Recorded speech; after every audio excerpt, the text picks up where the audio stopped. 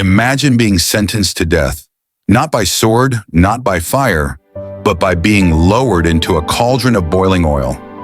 This wasn't a myth or legend. It was a real event from early Christian history. And the man who faced this horrifying fate? John the Apostle, the last living disciple of Jesus, the one known as the beloved disciple.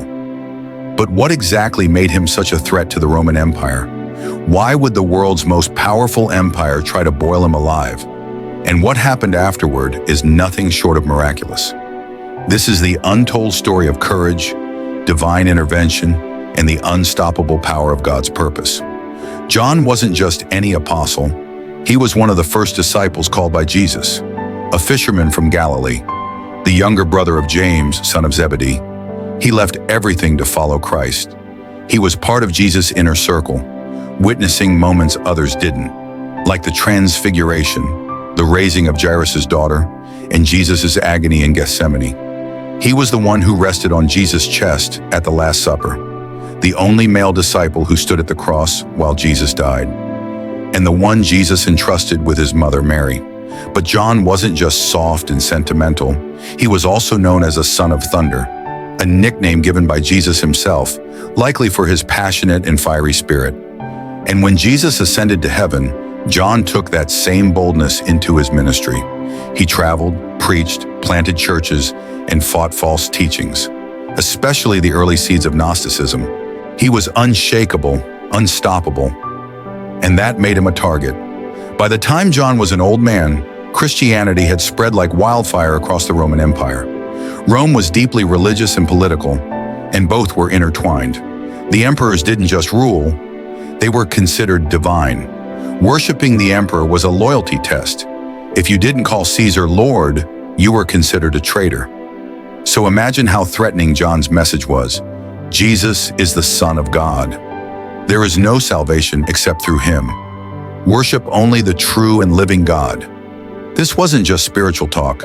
This was viewed as rebellion. And John wasn't a small voice.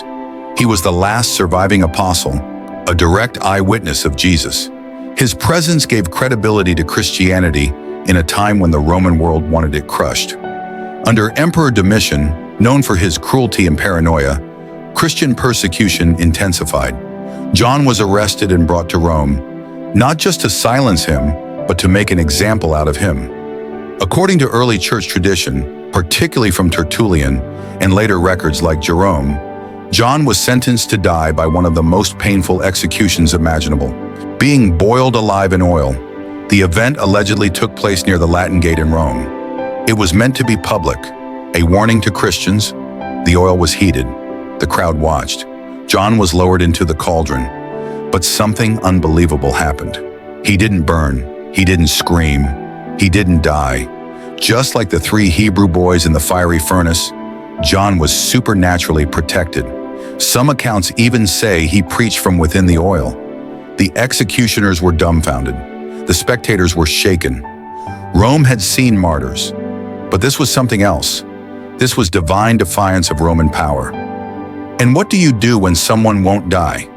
You exile them. Since John couldn't be killed, Emperor Domitian exiled him to the remote island of Patmos, a rocky, desolate place in the Aegean Sea, used as a prison colony for political and religious offenders. But what Rome intended as punishment, God used for revelation. It was there, in a cave on that island, that John received one of the most powerful visions in human history, the Book of Revelation. I was in the Spirit on the Lord's day. Revelation 1 verse 10. He saw Jesus in his glorified form. He saw heaven, angels, trumpets, seals, and the final victory over evil. He saw the new heaven and the new earth. The Roman Empire had exiled him, but God gave him the final word. After Domitian's death in AD 96, the next emperor, Nerva, allowed political exiles to return. John came back to Ephesus, where he continued to minister, write, and teach until his death, likely around AD 100. He was the only apostle who died of natural causes, though not for lack of trying on Rome's part. He left behind not only the Book of Revelation, but also the Gospel of John and 3 powerful epistles, letters filled with love, truth, and boldness. So why did Rome try to boil John alive? Because truth threatens power, because John carried a testimony too dangerous to ignore, and because darkness always tries to silence the light, but it never succeeds. John's survival is a reminder. No weapon formed against you shall prosper. Isaiah 54, verse 17. God didn't save John because he was lucky. God saved him because his mission wasn't over. And if you're still here, despite your own fiery trials, it might be because yours isn't over either. Your story isn't finished. Your pain isn't pointless. Your witness is powerful. John outlived empires.